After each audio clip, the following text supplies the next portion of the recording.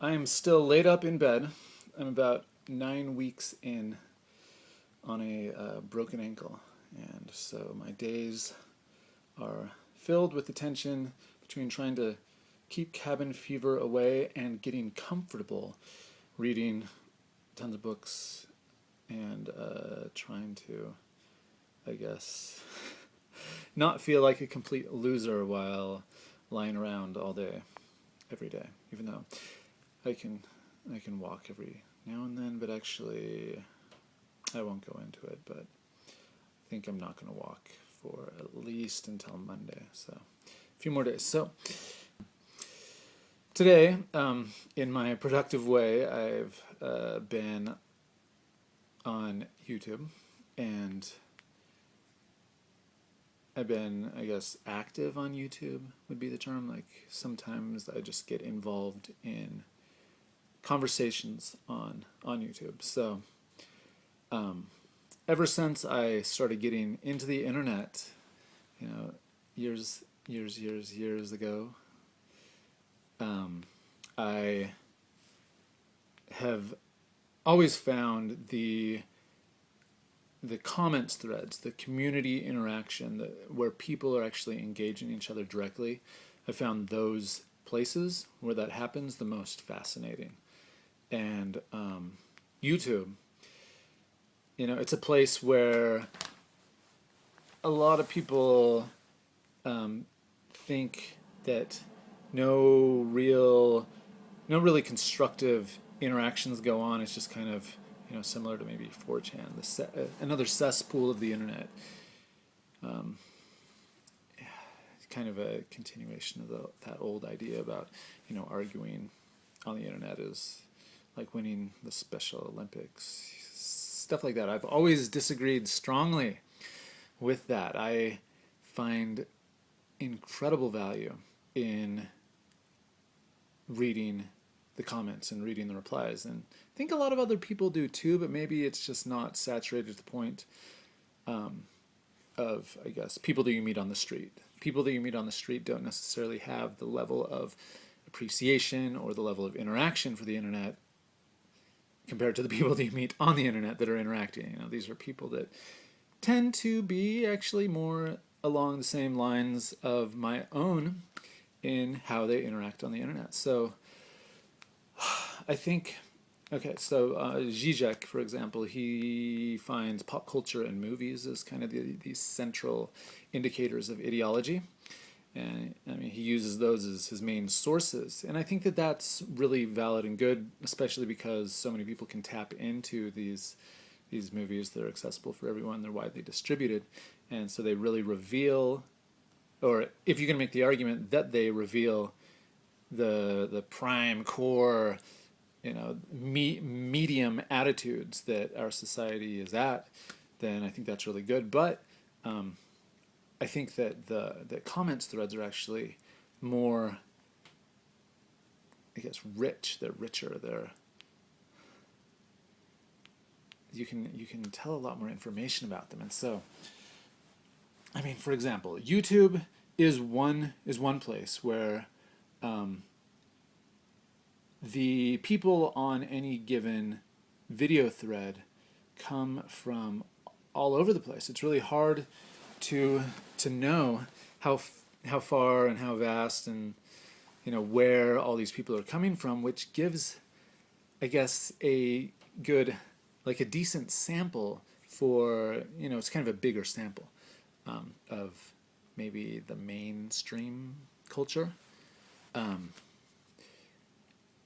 If you go to like smaller town news sites, a story gets big and then or reaches you somehow, and you click on the thread, on the comments for some like smaller newspaper webpage, you can get a really quick sense of how the bedrock of conversation is completely different in these places. And what's interesting is that I mean, there's so many different attitudes that I guess I'm looking for before I can feel that I have a certain glimmer of understanding of this cultural body. So I'm usually reading these threads because I'm looking for a certain threshold of diversity of opinions and of interactions. And it's like there's there are people who really try to influence this place of conversation, and so they'll make multiple accounts and things like that to kind of enforce and reinforce their own ideas and to get them out there stronger. But it's like when you're actually reading these things, that kind of like duplication of one's point of view from a numerous like from a number of sources, it doesn't really even matter, because unless that reaches a certain density, I am not really looking for reinforcement of an ideal. You're looking to see how many different approaches are being made to a certain subject and how this community is responding and interacting.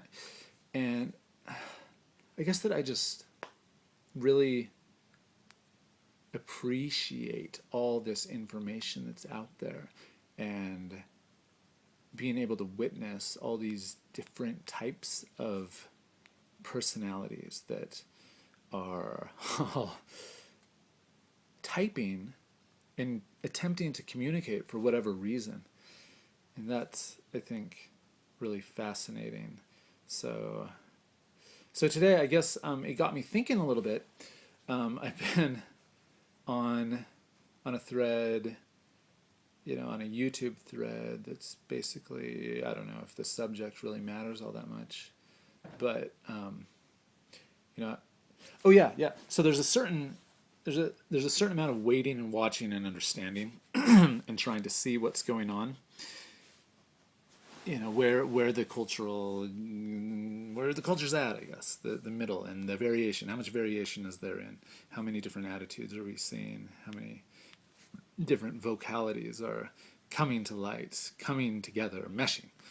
But then, of course, there's another part of the personality that wants to interact and wants to argue and wants to say, hey, this is what I see. This is how I see that you two are misunderstanding each other, or I believe this, or, etc. It's kind of amazing how many different reasons there are for why we actually make a comment. Just being individuals, everybody is commenting, not for the same reason every time.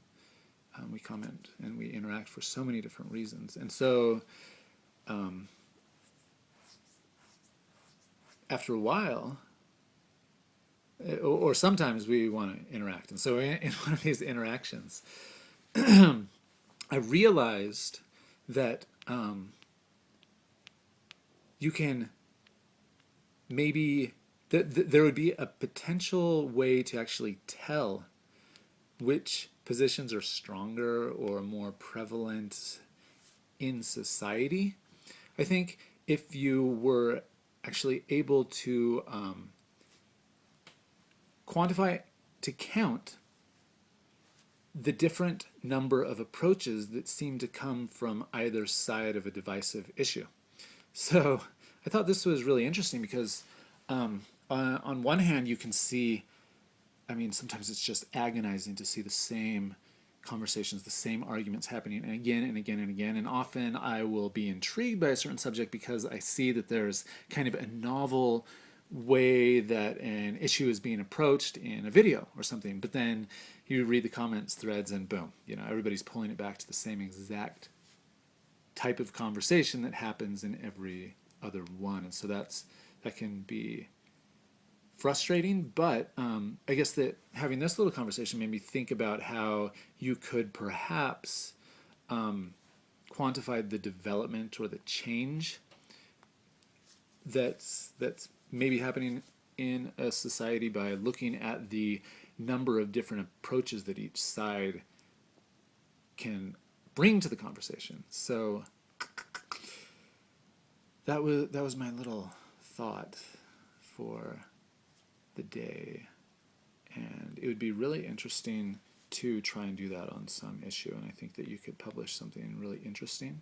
It would be hard to figure out some metrics for exactly how to put different attitudes and styles into particular buckets so that you could count them, but you could at least do it, and then the criticism of whatever was published would perhaps lead to improvements in the next set of analyses. So I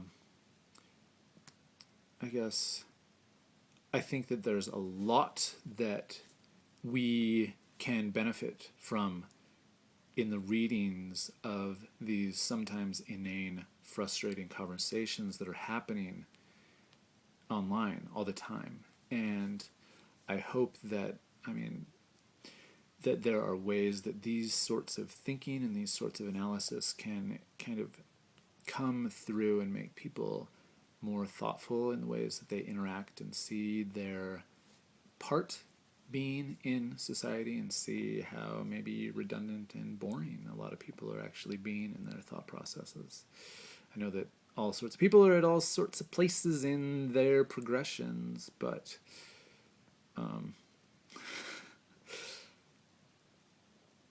maybe it'll help some people, maybe it won't. Maybe it's just my own curiosity in the moment. So there's a bit of free thinking for me with that kind of surrounds around a core of an idea of a subject. So I'm going to go now and try and enjoy laying down for another 2 weeks at least. Wait, should I smile now? Or should I frown and be sad?